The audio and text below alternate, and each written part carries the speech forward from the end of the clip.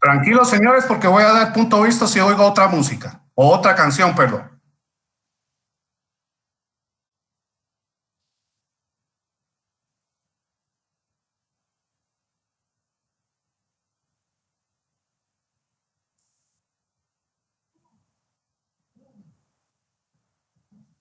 Buenas tardes, Lick. Buenas tardes, señorita.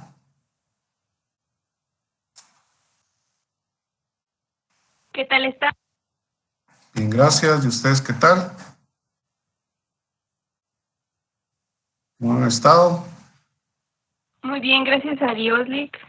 Me alegro mucho. Más personas.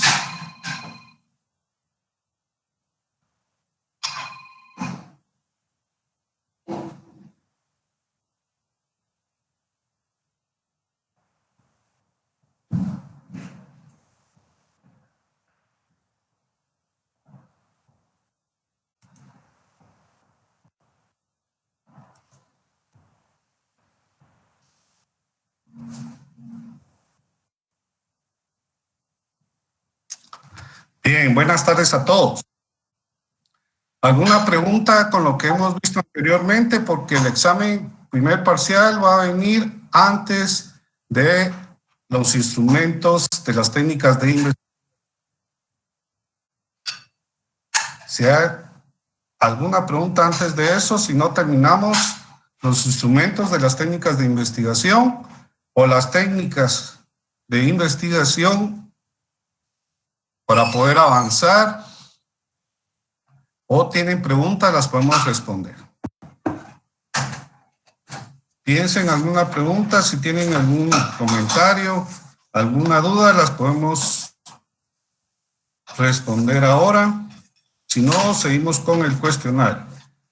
El examen viene antes de las técnicas de investigación.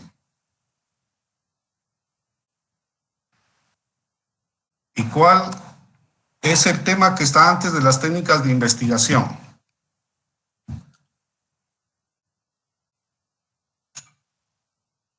Metodología jurídica.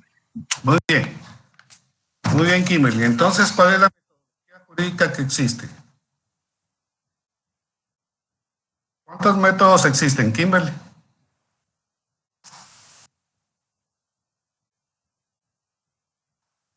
¿No se acuerda? Creo que son 8, ¿no? ¿Cuáles son? Metodología jurídica. Usted dijo 8. ¿Cuáles son? El método sistemático, método naturalista o axiológico, método sociológico, método jurídico comparativo o el derecho comparado, método de aplicación e interpretación de las normas jurídicas, método de interpretación de las normas jurídicas hermética jurídica y método exegético. Sí, eso, ¿verdad? Muy bien, pero acuérdense que hay método que hay que compararlos, ¿sí? Entonces, cuando hablamos de metodología jurídica es un orden, ¿de acuerdo? Y los métodos a utilizar en una investigación jurídica solo son 3: sistemático, ius naturalista o axiológico y el método sociológico. Los otros métodos que usted mencionó, son los que se utilizan para comparar, ¿sí? Entonces, después del método sociológico está el método jurídico comparativo y el derecho comparado, que es un tema que habíamos practicado con usted ustedes qué significa y cómo se podía usar. ¿Se acuerdan que en este método, en el método comparado o en derecho comparado, jurídico comparativo y comparado, tenemos que relacionarlo con las distintas disciplinas que existen? Por ejemplo, derecho laboral, derecho penal, derecho civil, constitucional. Y cuando hablamos de derecho comparado, es la similitud que tienen las leyes de un país con respecto a otro. Si hablamos del país de México, hay que ver si hay un derecho comparado. ¿Y cuál va a ser este derecho comparado? Si existen en derecho penal algunas normas o leyes o artículos que coincidan con la ley de nosotros. Pero puede ser que cambie en cuanto a la forma de desarrollarlos. Buenas tardes, Jennifer. A la forma de desarrollarlos o a las sentencias que existen en cuanto a ese tipo de cosas son las que significa un derecho comparado. ¿Ya? Por lo tanto, hay que tener en cuenta, así como dijo Kimberly, también el método jurídico comparativo y el derecho comparado son métodos que utiliza la metodología jurídica. ¿Por qué? Porque estudian las leyes.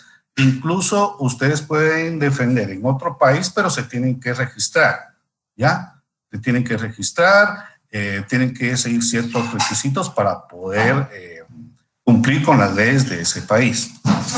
Igual los que vienen aquí, los funcionarios que pueden venir aquí y quieran litigar, tienen que estar regidos por una universidad, que es la de la San Carlos. Tienen que hacer exámenes, tienen que estudiar para poder ingresar y poder litigar. El otro, y cuando hablamos de ese método que habíamos hablado, del método jurídico comparativo y el derecho comparado, solo existe en cuanto a los métodos de la investigación jurídica. ¿Por qué? Porque cuando hablamos, acuérdense que hablamos de metodología jurídica, es la ciencia que estudia el derecho. Su objeto, su objetivo, la forma de poder interpretarlo, desarrollarlo, analizarlo, llegar a un fin determinado con respecto al derecho. Y el derecho que estudia las leyes, cómo está integrado por ciencias jurídicas o una ciencia jurídica. Y cuando hablamos que estudia las leyes, ¿cómo se llama a esta ciencia? Que estudia las leyes, ¿cómo se llama a esa ciencia? Dialéctica. No. ¿Derecho? Ciencia que estudia las leyes. ¿El derecho? No. Las ciencias jurídicas, licenciado. No, es la metodología jurídica la que estudia las leyes. ¿Qué más? Hablen y así mejor les explico. Vamos por hermenéutica, pero ¿cómo se llama? La persona que me puso hermenéutica, vamos, pero tiene otro nombre. ¿Cuál es? Nomotética. Y eso lo tienen escrito ahí en sus diapositivas. Bueno, sigamos. Por lo tanto, cuando hablamos del método de investigación jurídica, está el método sistemático, método ius naturalista o axiológico, el método sociológico, el método jurídico comparativo y el derecho comparado. ¿De acuerdo? Y el derecho comparado. Esos son los métodos que tienen que ser investigados y se utilizan con respecto a la metodología jurídica. Y la metodología jurídica tiene que corresponder a formalidades, a aplicaciones y a interpretaciones de estos métodos o de estas leyes. ¿Y cuáles son estos métodos que se aplican a la interpretación de las normas jurídicas? Kimberly, ¿Cuáles son? Usted me los dijo todos, pero me los dijo juntos. ¿Cuáles son? ¿Me puede repetir la pregunta, Lee? Que sí, Muy bien. escuché como... No se preocupe, no se preocupe. ¿Cuáles son los métodos de aplicación e interpretación de las normas jurídicas? La analogía y la analogía jurídica. Muy bien. ¿Cuáles? ¿Qué otro?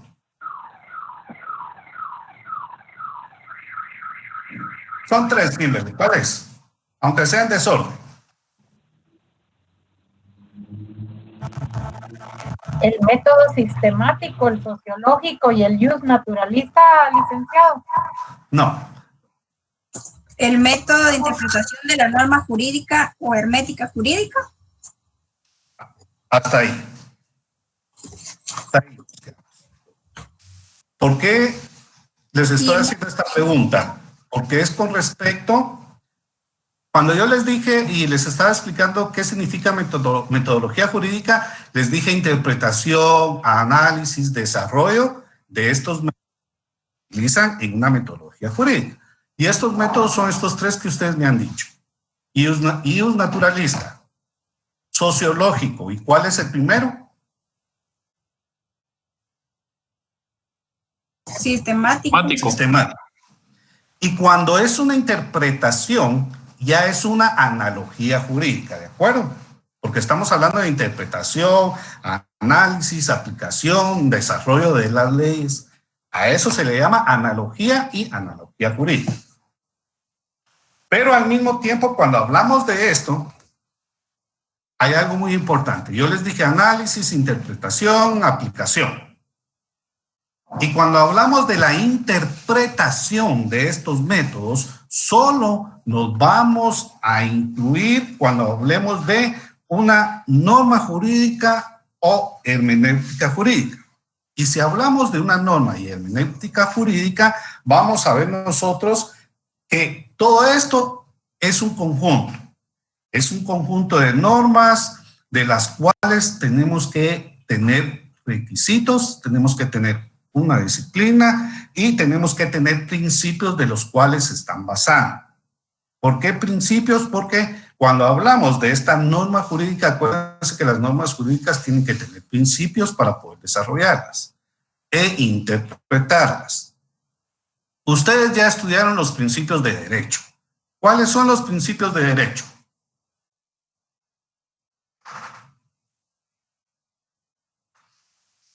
¿Cuáles son los principios de derecho?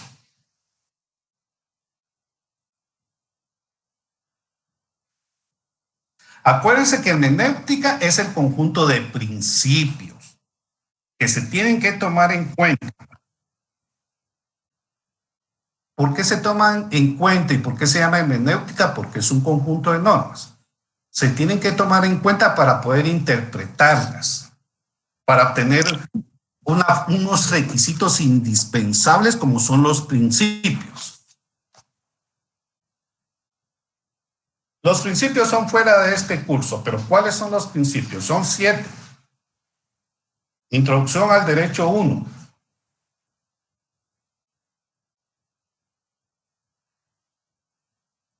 Publicidad.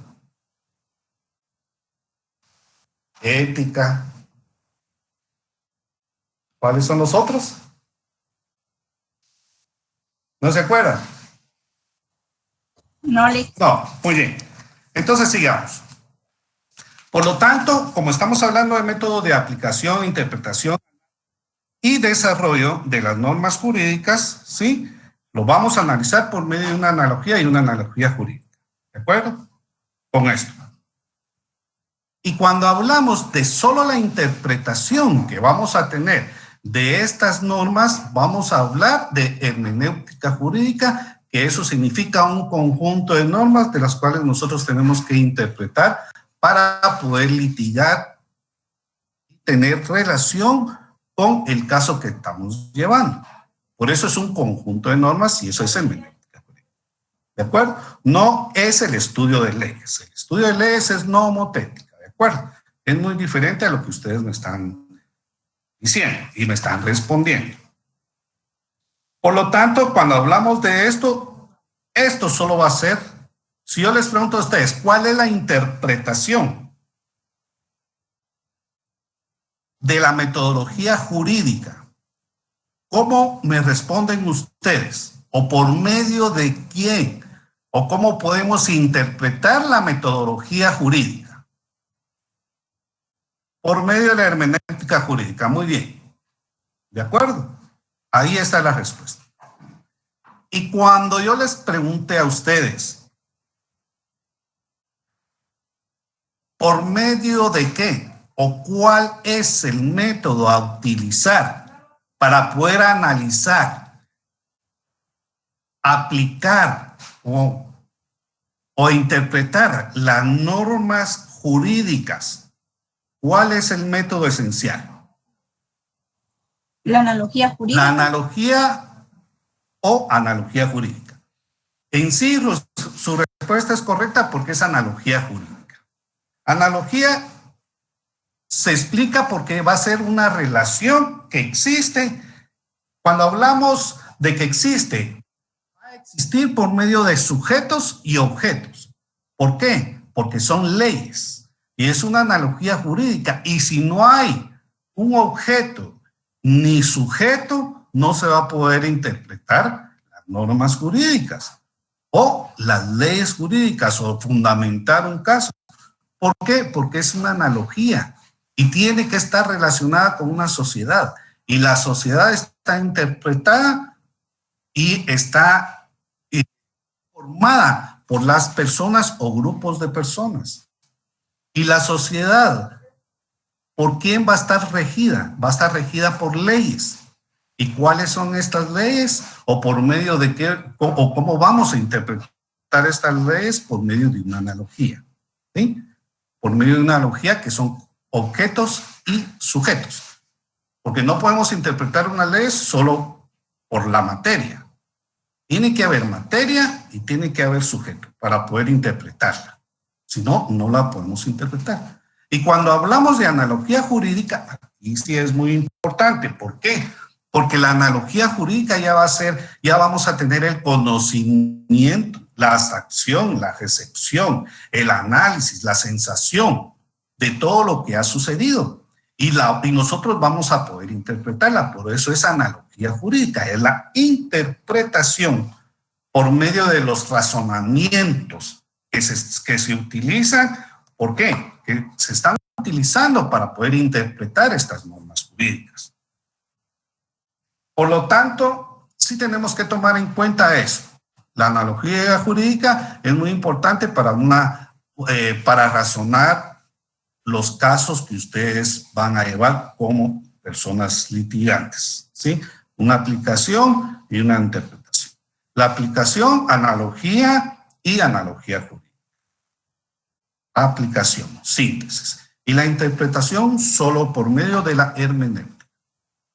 Por eso es muy importante cuando yo les vuelvo a repetir y les vuelvo a preguntar, porque en un examen, si yo les pregunto cuáles son los métodos, si ustedes me ponen todos estos, está mal, ¿verdad? Solo son 3 de los cuales va a haber un conocimiento establecido de métodos. Los otros van a ser para aplicación y una interpretación de la norma. Y el otro va a ser la interpretación que se utiliza. Y cuando hablamos del último método, el método exegético, aquí sí es muy diferente. Porque cuando hablamos del método exegético, es cuando se dice una ley oscura o dudosa con respecto a una interpretación.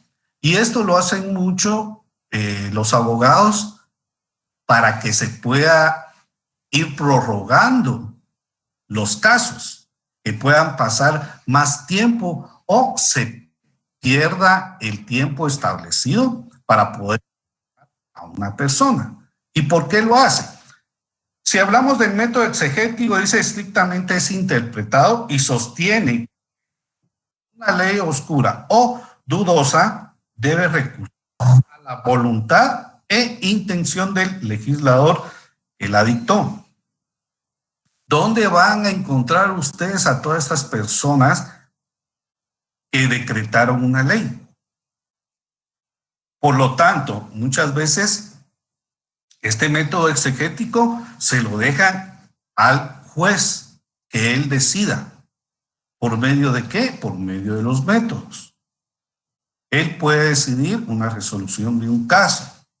¿Ya? Por eso dicen también legislador. Y si el legislador tiene dudas, no resuelve, sino que puede ser que ponga un previo si no está de acuerdo o falta un artículo en especial o una interpretación de la ley.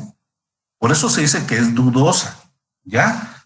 O puede ser oscura, por esas mismas razones.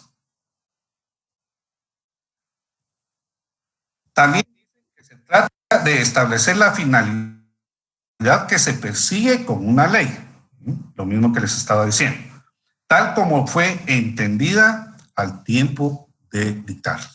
Cuando dicen entendida al tiempo de dictarla, es con respecto en qué año o en qué época se dictó o se promulgó una ley y en nuestros tiempos y todavía puede esa ley estar con respecto a los fenómenos sociales que existen.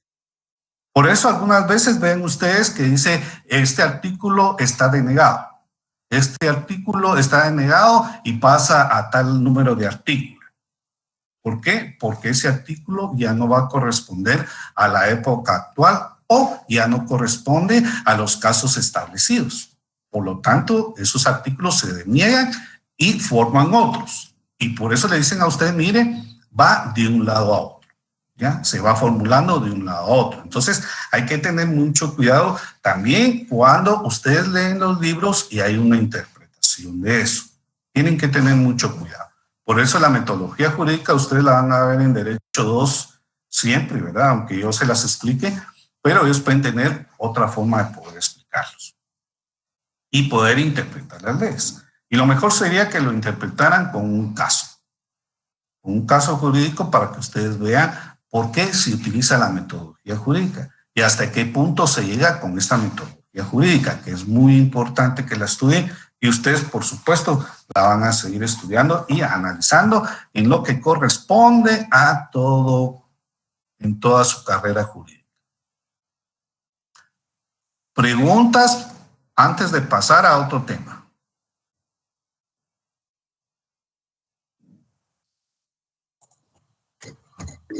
Nico, una pregunta. ¿En qué le puedo servir? ¿El parcial hasta qué tema va a venir? Ah, Jennifer, antes las técnicas de investigación. Ok, gracias. ¿Quién más jóvenes? Emily. Yo. Solo quiero confirmar lo que sí entendí. Sí, ya sabe que estamos a la orden y eso es lo que yo necesito.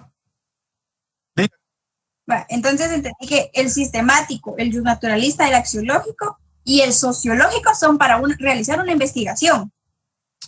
Sí, es con respecto a las normas jurídicas, a la metodología jurídica, esos, pero de aquí se desprende, de ellos se desprende el análisis e interpretación, aplicación e interpretación, y se desprende solo la interpretación, ¿sí? Que la interpretación es por medio de la hermenéutica jurídica, que son los principios, el conjunto de principios. Y lo otro, cuando hablamos de analogía y analogía jurídica, va a ser el razonamiento, ¿sí? Vamos a razonar qué es lo que necesitamos. Por eso se dice que es analogía, ¿sí? Analogía jurídica. Dice, y la analogía. El razonamiento por analogía es aquella operación llevada a cabo por los que están interpretando el derecho. ¿Y quiénes lo van a interpretar? Ustedes. Mediante la cual se atribuye a un caso, a una materia que no se encuentra en una reglamentación expresa en el ordenamiento jurídico. Cuando hablamos que no está expresa, es cuando el juzgador o el juez tiene que dictar una sentencia y a veces, una resolución de un caso. ¿Sí? Cuando emite una resolución, ya, ¿qué viene después? Los amparos y empiezan a que los casos lleven más tiempo y vuelven a poner otro amparo y otro amparo y otro amparo. Entonces, a eso se debe a que digan analogía jurídica, el razonamiento y la interpretación de todos estos tipos de leyes. Y también dice, la interpretación analógica de la ley consiste en extender una norma jurídica que regula un determinado hecho a otro semejante no previsto en ella. Cuando se dice eso y la ley lo dice, una norma jurídica lo está interpretando, es cuando los juzgadores no están de acuerdo con qué resolución, de un caso van a dar. ¿Por qué? Porque si no está reglamentado ese tipo de caso, que ya no es así, por supuesto que ahora todo está reglamentado por medio de leyes y normas y principios de derecho, y esto es lo que sucede, ¿verdad? Si ellos creen que no está reglamentado, entonces la resolución la dejan allí y solo ponen que lo van a resolver o que resolvieron cualquier tipo de casos y que tienen que fundamentarlo. Por ejemplo, cuando dicen, mire, tienen que fundamentarlo, son previos, ¿verdad? Cuando ponen un previo, entonces, ¿esto qué significa? Que tienen que fundamentarlo y buscar los artículos que corresponden al caso, ¿de acuerdo? Pero ¿qué hacen muchos abogados? Hacen esto para que pongan previos y los casos estén ahí estancados, ¿sí? Y vayan poniendo amparos y amparos y amparos hasta que demuestren lo contrario. Ahí, por eso es muy importante esa analogía jurídica. Diga, Kimberly. ¿Usted tiene algún tipo de ejemplo del método exegético? Fíjese que ahorita eso estaba pensando, pero yo lo que necesito es tener un caso escrito para que ustedes vean la diferencia. Porque solo así vamos a poderlo fundamentar. Ahorita no tengo ni un caso en especial, pero el exegético sí es la interpretación que se tiene que utilizar con respecto a las leyes, ¿verdad? Cuando hay una Lindo, ¿estoy bien o no? ¿Perdón? No sé si ahí estoy bien o no, pero en el exegético son donde entran esos llamados vacíos de ley. Sí, esos son los vacíos de ley. Pero acuérdense que por eso es que es dulce o es oscura. Muchos la toman esos principios y esa norma para que los casos vuelvan a ser más largos. Entonces, ¿qué hace el juzgador? O sea, el juez. Lo que hace es poner previos o no estar de acuerdo con la fundamentación de un caso establecido. Y por eso se dice una ley dudosa oscura. Y esa, no me acuerdo qué artículo es en el derecho penal, pero en derecho penal está ese artículo que nosotros estamos hablando, para que ustedes estén más convencidos. ¿De acuerdo? Entonces, voy a buscar los artículos y yo le digo cuáles son. Es mejor eso, porque la interpretación es bien diferente. Por eso nosotros explicamos lo que es la metodología jurídica para que ustedes vean que sí sirve en los casos establecidos como los métodos para casos de estadística, casos jurídicos estadísticos, por supuesto. Sí sirven este tipo de métodos, porque pueden decir, pueden utilizar los artículos del derecho penal de los que estamos hablando, fundamentarlos y decir que ellos no están de acuerdo porque es una norma dudosa o también le llaman más que todo oscura. Y cuando es eso, entonces el legislador pone ahí una resolución que no es eso y que es lo otro, o si no viene el defensor y dice otra cosa, entonces eso se va volviendo un círculo vicioso, ¿sí? Por eso se llama un círculo vicioso, porque solo se va dando vueltas y vueltas y vueltas para poder retener los casos y para poder llegar a un tiempo establecido, porque muchos casos tienen tiempos establecidos, ¿verdad? Y cuando tienen tiempos establecidos y llega a ese punto, entonces la gente sale libre. ¿Por qué sale libre? Porque si supónganse que hubo un caso de 3 años y la ley establece que no puede pasar más de 3 años para estarlo juzgando, por lo tanto ya no puede ser. Y esa es una forma que utilizan los abogados litigantes para poder estancar los casos, ¿sí? Y por eso se llaman leyes oscuras o dudosas. Ahora, el juzgador sí tiene mucho derecho en decir, no, no estoy de acuerdo con esto, resuelvo y ya. ¿Sí? Y punto. Pero tiene que fundamentar su resolución. Y ahí es cuando entran estos artículos de derecho penal. Más que todo se ve en derecho penal. Este tipo de artículos. Por eso les digo que cuando estén en Derecho 2, cuando estén con su catedrático, creo que es Javier, ¿verdad? Javier, creo que es Javier Soto Aguilar o Aguilar Soto, creo que es, ¿verdad? Sí, licenciado. Sí, licenciado. Es él. Muy bien, le pueden preguntar a él con respecto a estos artículos Kimberley viciosos, ¿verdad? Entonces él me imagino que les puede decir en dónde encontrarlos, para que estemos más tranquilos, pero de todos modos yo se los voy a buscar. Y en la próxima les digo, estos artículos son, y podemos también hacer un ejercicio, pero quiero un ejercicio de la realidad social, ¿de acuerdo? Lo que resuelve. Y yo se los voy a explicar el martes. El martes se los explico. ¿Sí? Bueno, ¿qué otra pregunta? Acuérdense que el miércoles es el examen.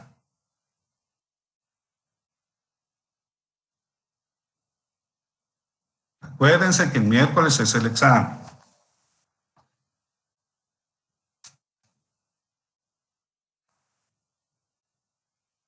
¿Preguntas o seguimos con cuestionario? Sí, le Sí, con una pregunta. ¿Quién va a hablar? ¿Kimberly o Jennifer? Con respecto Bueno, Jennifer, habla. con una preguntita. Solo con respecto a lo de los métodos del ficticio. ¿Método? Sí, el ficticio. Ah, ¿cómo no? Oh, ese no es método ficticio. ¿Cómo se llama ese método? Tiene un nombre. Que se me olvidó ahorita. Alguien que le Pero es ayude. Alguien que le ayude. ¿Cómo se llama ese método? No es método ficticio. ¿Cómo se llama? Estadio. es el estadio, ¿no? Muy bien. Ajá. Ahí estamos. Ahí estamos de acuerdo con ustedes. Sí, díganme cuál es su duda ahí, Jennifer. Bueno, si me podrá volver a como explicar ese estadio, es que me costó un poquito entenderlo y quiero como un Muy bien. paso para poderlo. ¿Puedo explicar? ¿Cuántos estadios existen, Jennifer? 3. Muy bien. ¿Cómo se llama el primer estadio? Yo les dije que eso lo apuntaran, ¿se acuerdan? Les dije que eso lo apuntaran. Teológico o ficticio. Muy bien, ¿qué más?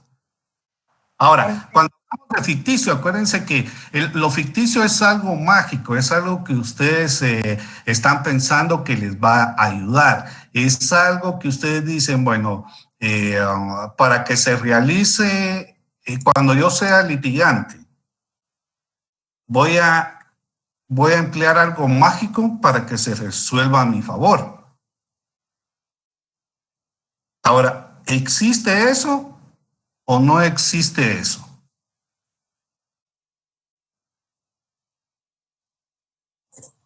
No existe, Muy bien. pero es ficticio. Por eso es ficticio y por eso se dice y es el primer estadio. ¿De acuerdo? Ahora, cuando interpretamos el segundo estadio es con respecto, porque va en orden, ¿de acuerdo? El primer estadio, el segundo estadio. ¿Cómo se llama el segundo estadio? Metafísico. Metafísico. ¿Por qué hablamos de metafísica? Porque vamos a encontrar ahí una interpretación de lo que nosotros tenemos, ¿sí? Una interpretación de lo que nosotros vamos a tener, vamos a explicar. Es como la metodología jurídica, ¿sí? Cómo vamos a fundamentar un caso. Por eso tiene ese nombre, el segundo estadio. Y el tercer estadio, ¿cómo se llama? Positivo. Muy bien. Ahora, ¿por qué se llama positivo? Porque ya tenemos el conocimiento. Ya hay un conocimiento y podemos tener un razonamiento de una analogía jurídica. ¿Y cómo va a ser esta analogía jurídica? Va a ser los razonamientos que nosotros estemos utilizando. Ahora, aquí ya no van a ser dudosos, ¿verdad? ¿Por qué no van a ser dudosos? Porque vamos a estar de acuerdo con lo que estamos fundamentando. Por eso es positivo. Y acuérdense que también hay un paradigma constructivo y hay un paradigma positivo. Y si hablamos de los paradigmas, cuando es positivo es porque hay un razonamiento del método dialéctico e histórico. Ya hay una historia de lo que estamos... es como decir, bueno, la introducción de la demanda, los hechos, lo que sucedió, ¿verdad? Lo que sucedió es con respecto a los paradigmas, ¿ya? Y lo último del constructivismo es porque nosotros estamos construyendo ya con respecto a la introducción y a los hechos de un caso, tenemos pruebas y cuando tenemos pruebas ya podemos construir nuestro caso, nuestro litigio, depende cuál sea, ¿verdad? Ya sea laboral, ya sea penal, ya sea civil, porque también en civil podemos construir ese tipo de cosas. Porque si hablamos de lo civil y si hablamos del divorcio, tenemos que tener pruebas. De primero son bueno, la introducción, ¿verdad? El cuerpo de la demanda, la introducción, los hechos de lo que sucedió con respecto y por qué me voy a divorciar. ¿Ya? Si, por ejemplo, si el señor o señora le pegó a su pareja, bueno, entonces si es por medio de la persona, de la mujer, ya se va por femicidio, pero eso es hasta ahora, antes no era así, ¿verdad? Si usted se quería divorciar, tenía que llevar ciertos procedimientos muy largos para poder llegar a eso. Ahora no, ahora es un poco más factible y más rápido hacerlos. ¿Por qué? Porque las leyes van cambiando, la realidad social va cambiando. Por eso, cuando hablamos de estas interpretaciones de la metodología jurídica, existe la hermenéutica, ¿verdad? Que es el conjunto de normas que vamos a utilizar en principios. Y porque va a ser lo que nosotros vamos a interpretar y hacia dónde vamos a llegar. Por eso quiero mejor formarles un caso para que veamos esto. Cuando hablamos del tercer estadio, entonces, si nosotros tenemos, Jennifer, un caso, y nosotros hablamos del COVID-19, que es lo que estamos viendo ahora, que es nuestra realidad social, porque es lo que estamos viendo ahora. Si el COVID-19, si lo ponemos como el primer estadio, vamos a decir que, bueno, supongamos, va a haber supuestos, que el COVID-19 vino por arte de magia y que se enfermaron los animales y que por medio de los animales se enfermaron las personas. ¿Por qué? Porque como en China comen alemanes, entonces por eso... ¿De acuerdo?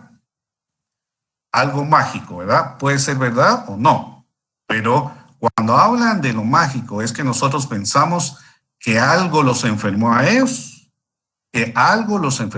un supuesto que ellos se hayan enfermado los animales y que las personas los mataron, ¿verdad? Bueno, y si hablamos del segundo estadio,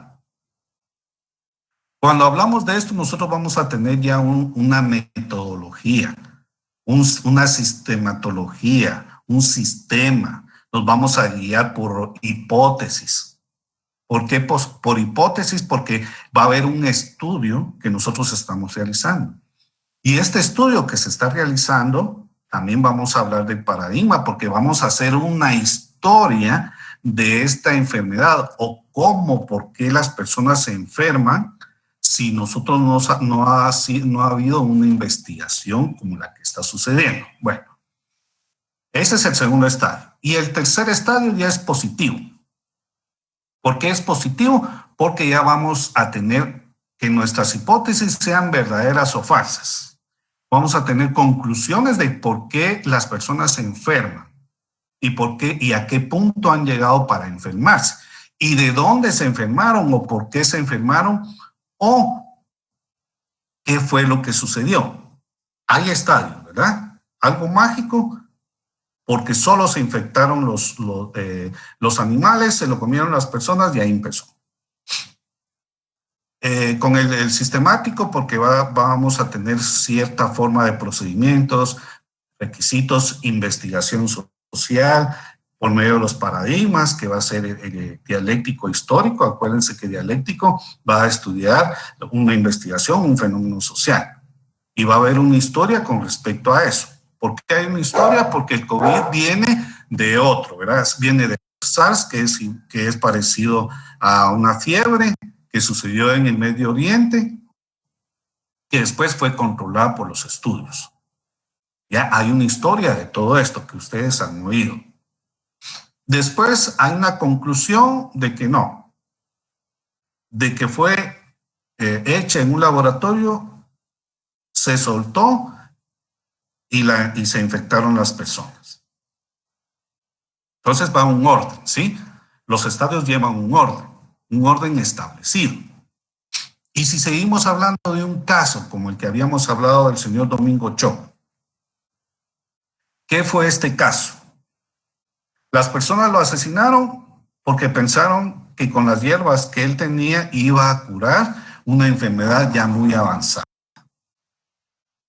Ya, algo mágico que ellos creyeron que los iba a curar. Sea o no sea verdad lo que él les dijo, no sabemos. ¿Ya? Y por el sistema.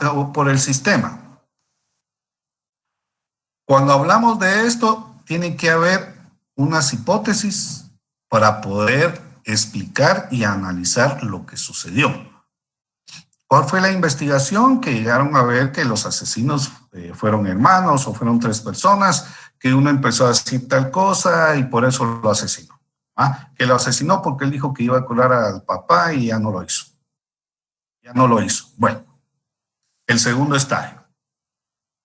Y el tercer estadio tiene que ser positivo. ¿Por qué positivo? Porque ya hay un razonamiento hecho antes, que va a estar dirigido y que va a ser pronunciado y que va a tener ya no supuestos, sino que hipótesis verdaderas de que los asesinos fueron personas y que ellos admitieron decir que fueron los que lo asesinaron. ¿Por qué razón? Por las razones que dijeron que él iba a curar al papá. ¿Ya? Entonces ya está ahí los paradigmas de positivismo y constructivismo. Y el constructivismo, acuérdense que es el tercer paradigma que existe, porque ya es la construcción de todo un hecho, ¿verdad? De una ley ya concreta. Por eso es muy importante que hablemos del sistema de la sensación. ¿Por qué?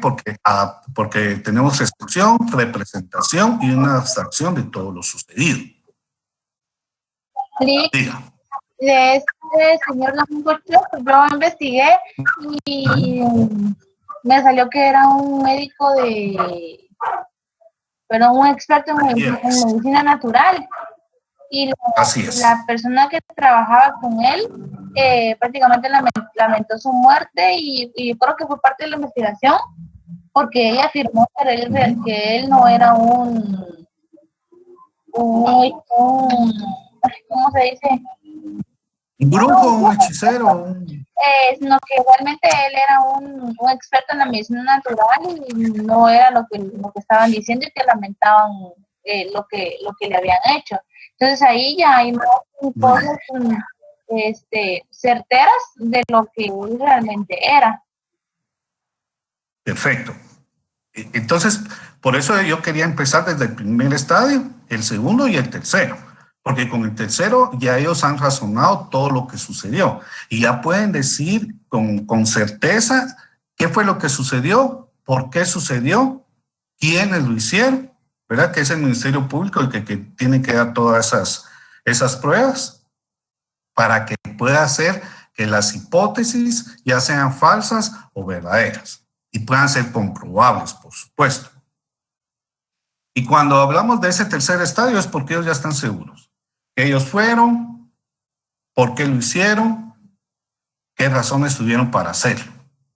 Y eso es lo que hace el Ministerio Público, todas esas investigaciones.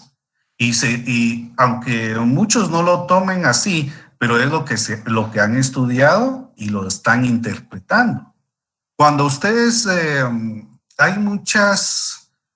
cuando hablan de derecho penal, utilizan mucho los planos metodológicos. ¿Por qué razón? Si hablamos del plano metodológico para todos definición de epistemología. ¿Es el segundo plano o es el tercer plano?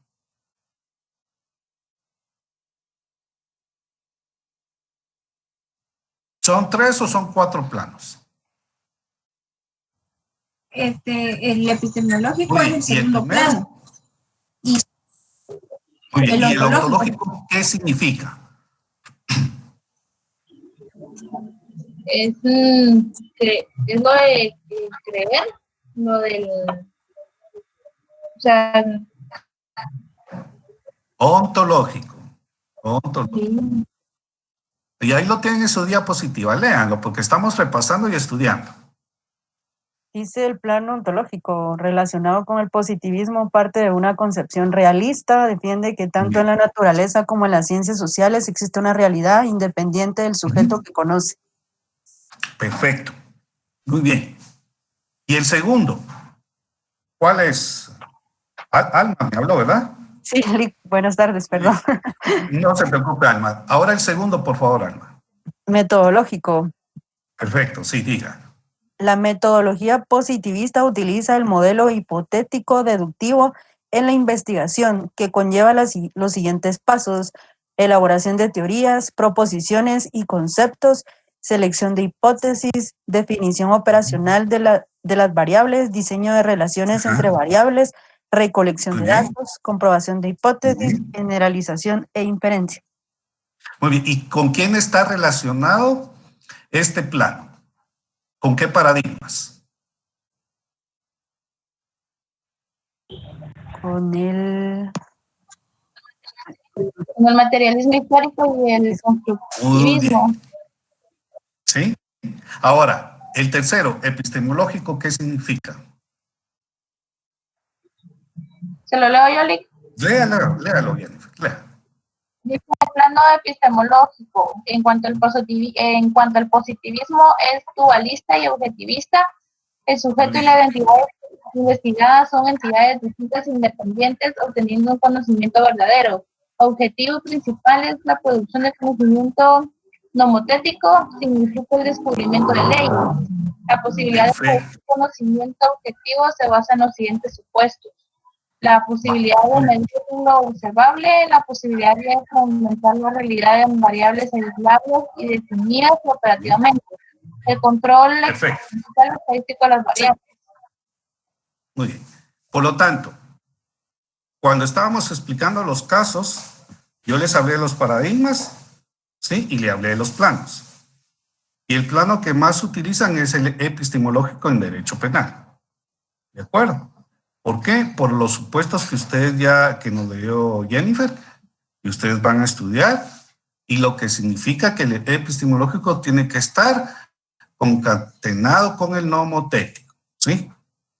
El descubrimiento de leyes. En este caso, no es el descubrimiento de leyes, sino que es la interpretación o el fundamento legal que ustedes van a utilizar en cada caso. ¿Sí? ¿De acuerdo? Sí, gracias. Muy bien. Entonces, si yo les hablo a ustedes y quiero que me interpreten, del COVID ya hablamos, de Domingo Choc ya hablamos. Bueno, de un caso que todavía no está resuelto, y es de las niñas del hogar seguro que se quemaron, o que las quemaron. Hay paradigmas, en este caso, o hay características del método científico, o hay tipos del método científico con respecto a este caso, o hay estadios con respecto a este caso.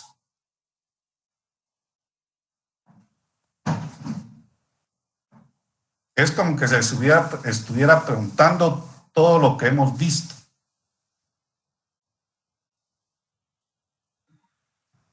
Perdón, Lick, ¿sobre qué tema dijo?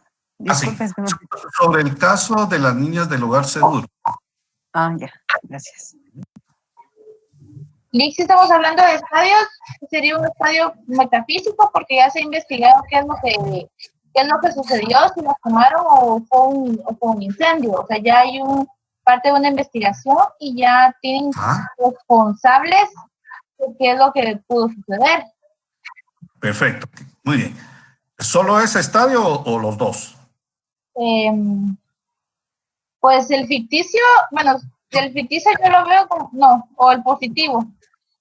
El positivo. El positivo siento que todavía no, porque no se ha resuelto, no tienen algo concreto de qué realmente fue lo que pasó. Solo tienen la declaración de las niñas, ¿verdad? Exacto, y o sea, solo tienen de si fue un accidente o fue con intención, pero realmente no se ha llegado a una conclusión de qué realmente fue lo que pasó. Positivo, siento que no. Muy bien. ¿Y hay características del método científico en este caso? Las características las vimos desde el principio, ¿se acuerdan? ¿Hay características? ¿O ustedes creen que no?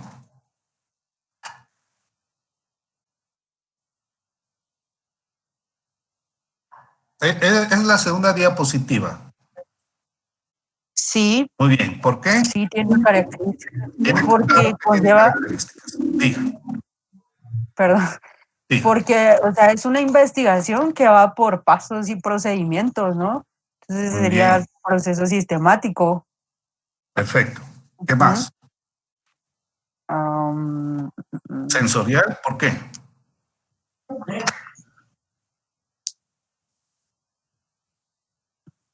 Vamos a ver. El sensorial esto es la parte o un razonamiento de toda la realidad. Y la realidad es el caso que ustedes están llevando o están litigando, ¿sí? Por eso se llama proceso sensorial. Es un procedimiento, como usted dijo anteriormente, ¿verdad? Solo que en este caso es sensorial porque usted ya está tomando representaciones, recepción, abstracción de todo lo sucedido y la interpretación con sus fases, 1, 2 y 3. ¿Y a qué nos lleva todo este proceso sensorial? A un sistema, a todas los datos o todas las fuentes o toda la realidad que ha pasado. Todo es el pensamiento, son las ideas que se tienen, por eso es sensorial. El sensorial sería todo lo que han recaudado de la investigación. Sí, muy bien. Todo lo que han investigado. Son datos recolectados, ¿sí? Y registrados. Licenciado. Diga. En el sensorial ingresa lo que son los testigos también. Muy bien. Si hubieran testigos. Ahí ingresa eso. Perfecto, ahí ingresa. ¿Por qué? ¿Por qué ingresan ellos ahí? Porque ellos están diciendo lo que sucedió.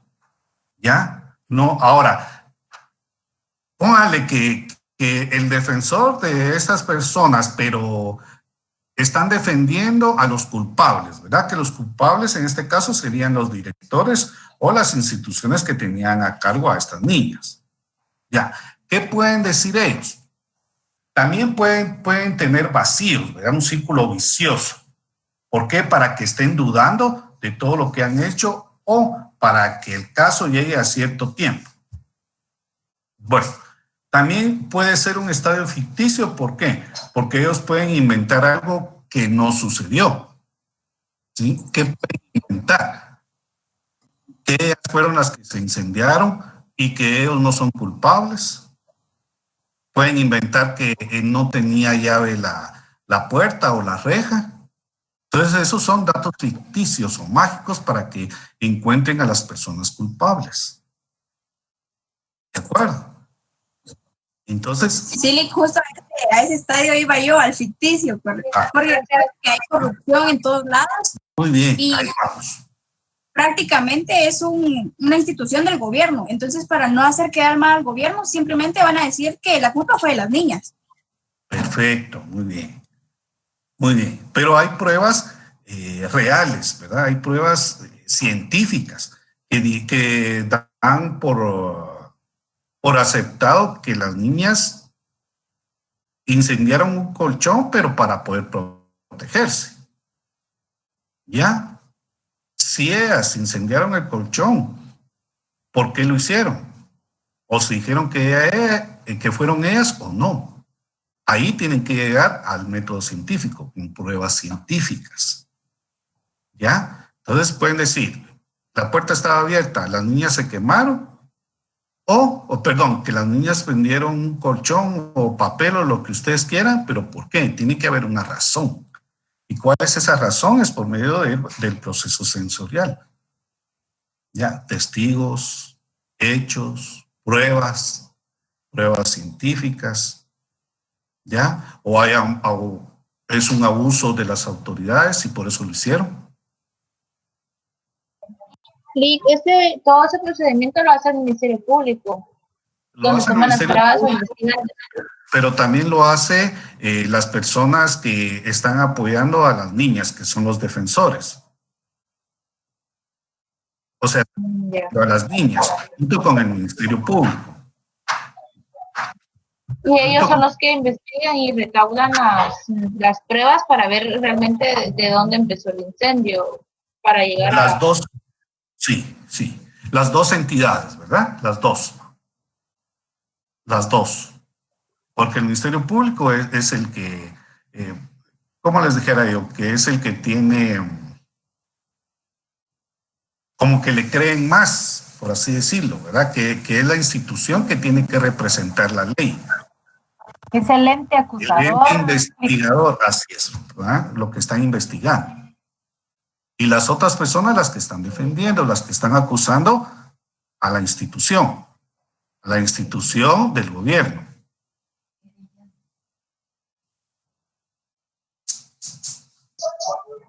Digo una pregunta, pero el Ministerio Público tendría que estar del lado de las niñas o del lado del gobierno.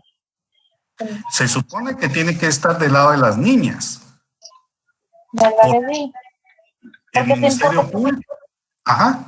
Porque están investigando qué fue lo que pasó. Y la Procuraduría de la Niñez prácticamente también está ayudando al Ministerio Público a resolver, o a investigar qué fue lo que pasó. O sea, el Ministerio Público tendría que como defender también el suceso. Y aparte las autoridades que están defendiendo al gobierno, ¿no? Lo que pasa que a la Procuraduría también se le está acusando. ¿Por qué? Por no realizar un trabajo adecuado y por estar prácticamente del lado, no de las niñas, no defiende a las niñas, sino que está defendiendo al gobierno. ¿Sí? Porque ustedes no lo sabían. Es como una contrademanda, entonces. Mire, no es contrademanda. Mire, cuando al gobierno no le interesa que sepan lo que hizo, ¿sí? Hay una interrupción en las investigaciones. Y cuando hay una interrupción en las investigaciones de cualquier índole, ya sea que el Ministerio Público también esté acusando a la Procuraduría porque en las investigaciones se dio cuenta que ellos no están defendiendo a las niñas, aunque ya tenían denuncias de que eran abusadas sexualmente. Y ahora están a favor de ¿quién? De la institución que está del gobierno. Están ayudando a estas personas del gobierno a defenderse. Y muchas veces ahora están desmintiendo lo que está sucediendo. Entonces aquí hay también una omisión en cuanto a pruebas porque no las están aceptando los juzgadores. Y esto sí es bien contradictorio, ¿verdad? Porque ahora están diciendo que las niñas son las culpables de todo lo que sucedió.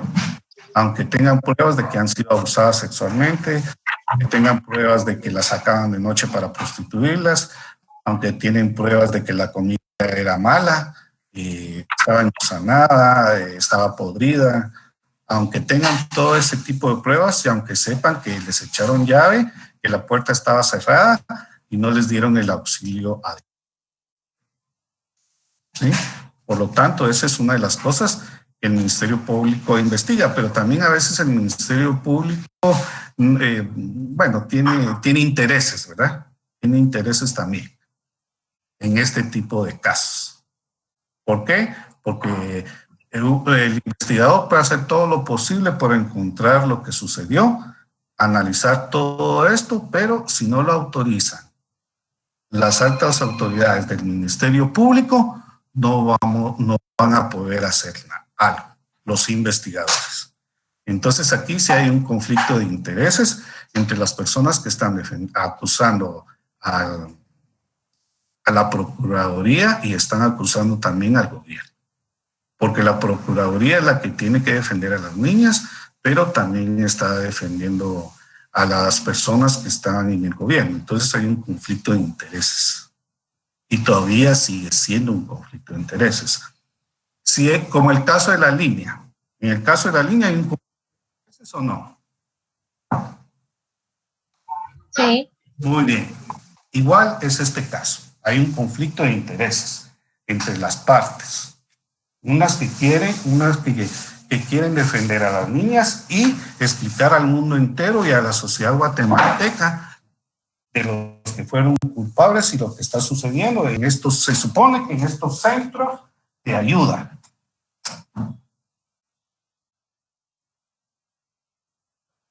¿Sí? Se supone que son centros de ayuda. Tienen que ayudar a las niñas. Hay muchas niñas que no están en pandillas y otras que sí, pero las mezclan. ¿Y qué pasa cuando las mezclan? Son abusadas por las otras. Entonces ese tipo de cosas son las que tiene que ver el gobierno y tiene que ver la Procuraduría de la Nación. Y muchas veces no lo hacen. Y justamente encarcelan a las niñas o a los niños. ¿Pero por qué? A veces son matrimonios que solo está la madre. Y aquí aprovechan diferente estructura criminal a poderlos estar en sus líneas. Entonces hay mucho que ver. Tenemos que conocer los casos existentes de esta realidad.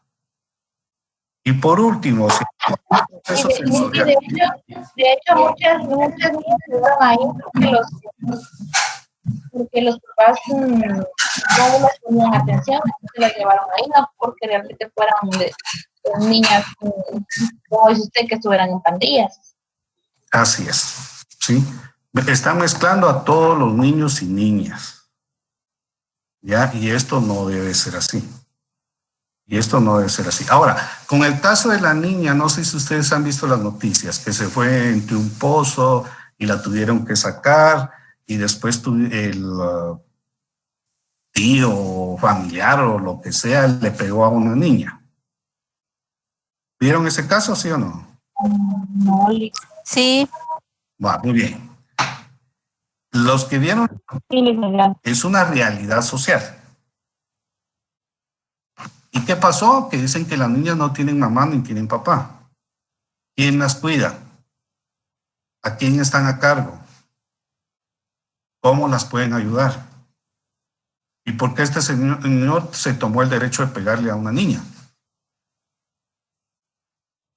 Si es por cultura, no le hubiera pegado así, ¿verdad? Hay otro tipo de formas de poder hacer que cualquier persona que tenga un susto como eso, y más que una niña, no puede ser reprendida en esa forma. ¿Qué derecho le da él? Ahora, la Procuraduría y hay otra institución que está en San Juan, Zacatepec, no me acuerdo el nombre, está ayudando. El refugio de la niñez está ayudando a que esta persona sea enjuiciada. Ya tiene una orden de captura para que pueda explicar por qué le pegó a la niña. ¿Y qué derecho tiene él de estarle pegando a la niña? Si es familiar o no es familiar o qué es. Y el problema va a venir aquí ahora. ¿Quién se va a hacer cargo de las niñas si no tienen mamá y papá, como dijo este señor del refugio? ¿A quién se las van a dar? Si las van a institucionalizar y si las van a mezclar con niñas que son de pandillas, ¿qué va a suceder ahí? ¿Qué va a suceder con ellas? Licenciado, buenas. Hoy apareció la noticia de que ya la Procuraduría General de la Nación había ido a traer a la niña del video que estaba circulando en redes sociales. Muy bien. Y como dice usted, pues ahorita ya la trasladan donde están las demás niñas y quiero o no, pues de igual manera, aunque no todas, pero más de alguna, sí tiene malos hábitos y quiero o no, pues sí, involucra. Tiene problemas con la ley, ¿verdad? Y sí. Entonces esto es muy peligroso, hay que tener cuidado y este tipo de cosas son las que no tiene que hacer el gobierno ni la Procuraduría. Mezclar a niños o niñas de maltratos o de matrimonios que ya no están unidos o que están separados, niñas que han estado en pandillas, o que los papás están fallecidos y están solas. Todo ese tipo de cosas tienen que ver. Todo tiene que estar separado. Si no hay una separación, siempre van a haber este tipo de problemas. Acuérdense que todos los problemas que se han suscitado en esto, tanto problema que ha habido ahí con los menores de edad, porque están mezclados. Están mezclados, ¿sí? Y si se mezclan unos a otros, siempre el que va a salir perdiendo es la persona que no tiene algún tipo de culpa por estar ahí. Siempre, toda la vida. ¿Qué otra cosita, jóvenes? El martes tenemos clase, ¿de acuerdo? Martes tenemos clase y el miércoles ya es nuestro primer examen parcial a las 7 de la noche por Classroom y que va a venir hasta las técnicas de investigación. ¿Cuáles son las técnicas de investigación? Observación, cuestionario e entrevista. Eso ya no va a venir. Va a venir hasta el método jurídico. Va a venir hasta el método jurídico. ¿Estamos bien? Sí, gracias. El martes necesito preguntas. El martes necesito preguntas. ¿De acuerdo? Si no, yo les voy a preguntar y voy a ir en orden de lista. Aquí la primera que me aparece es Ada Suseli Pérez o Soyleidi Pérez. Me aparece Aish, bueno, yo no sé pronunciar su nombre, pero dice Magalí Juárez. Después viene Javier Juárez, Javier Alexandro, Fernanda Marín, Gabriela Chinchilla, Lucrecia Hidalgo, Ana Luisa Bolaños, en orden. Así es que necesito preguntas. ¿Cuánto va a durar el examen? 40 minutos. 40 minutos, Cindy. Ok.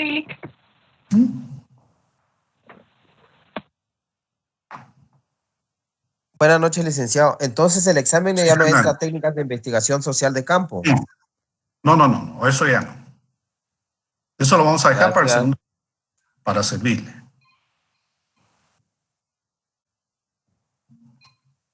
¿Otra preguntita? Licenciado, buenas noches. Diga, Dani. Disculpe con una molestia, fíjese que mi internet está algo malo, se ve entrecortado. ¿Me podría mencionar otra vez lo que viene en el parcial? Disculpe la molestia. No, de ninguna manera. Vamos a hacer algo. Lo voy a poner en el chat, ¿de acuerdo? Gracias, Lick. Ok, gracias, licenciado. Para servir. Y de todos modos se los voy a poner en plan, ¿sí? Gracias, Lick. Servir. Excelente, gracias. Lick, ¿y cuántas preguntas van a venir? Va a venir falso y verdadero, 7 y 8 de subrayar. O al revés. Ok, Lick, pero nada de escribir, ¿verdad? Es que si no, después uno tiene que tener mucho cuidado con lo de las tildes y todo eso. ¿Saben por qué no vamos a poner nada de escribir? Porque todavía no está hecha la plataforma. Y muchas veces, si ustedes no ponen una coma o no ponen una tilde, el programa se los pone mal. Ay, sí, Nick. O sea que tienen que escribir bien. Si ponen, por ejemplo, investigación científica, investigación lleva tilde, científico también lleva tilde. Sí, o incluso a veces con lo de las mayúsculas también, ¿verdad? También. Por ejemplo, si en el libro está investigación científica, primero mayúscula I, investigación, y minúscula científica. Así tienen que ponerlo. Como está en el libro. Si no, se los pone mal. Ay, sí, y que así no me gusta porque después uno lo pone mal. Por eso es que llevan el curso de comunicación y por eso es que llevan el curso de filosofía, para poder redactar. ¿Ya? Y cuando redactan tienen que saber la forma de la que ustedes estudian e interpretan su conocimiento. Si en el libro está investigación científica, como les repito, así lo tienen que poner. Si está características del método científico, cómo está escrito, y así lo tienen que poner. Entonces ha habido mucho problema, mucha confusión en ese sentido, por lo tanto eso no lo vamos a hacer. Ahora, cuando exista otra plataforma, esta de Moodle, ya ahí ya se va a poder hacer esto. ¿Sí? Okay. Ya se va a poder hacer esto. ¿Y eso cuándo vas a saber? Pues no sabemos cuándo va a estar lista esta plataforma. Bueno, entonces por el momento sería siempre Classroom. ¿Perdón, Cindy? Entonces siempre sería en Classroom. Por el momento sí.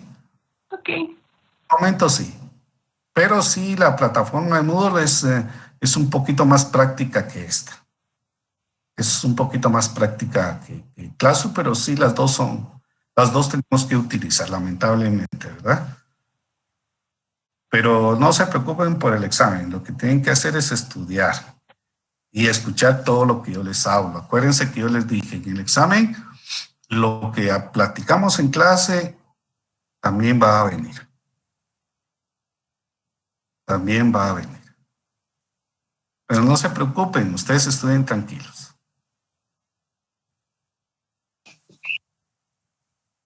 Lick, disculpe. Sí, Ana. Entonces, el examen vendrán solo 15 preguntas. Solo 15 preguntas. Gracias. Solo 15. Y tienen valor de 30 puntos, ¿de acuerdo?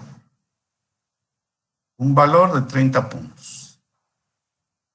15 preguntas a 2 son 30.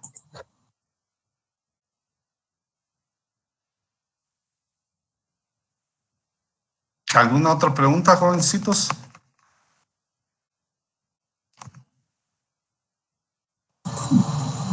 ¿No? Kimberly, ¿no? Sí. No, por el momento no. Perfecto, me alegro de saludarlos porque ya parece que van a entrar a la otra clase, ¿verdad? ¿Cuál es la clase que les toca, jóvenes? Derecho romano. Con el licenciado D'Alessio, ¿verdad? Sí. Perfecto. Entonces los dejo, gusto de saludarlos. El martes, por favor, necesito preguntas. Gracias. Gusto de saludarlos.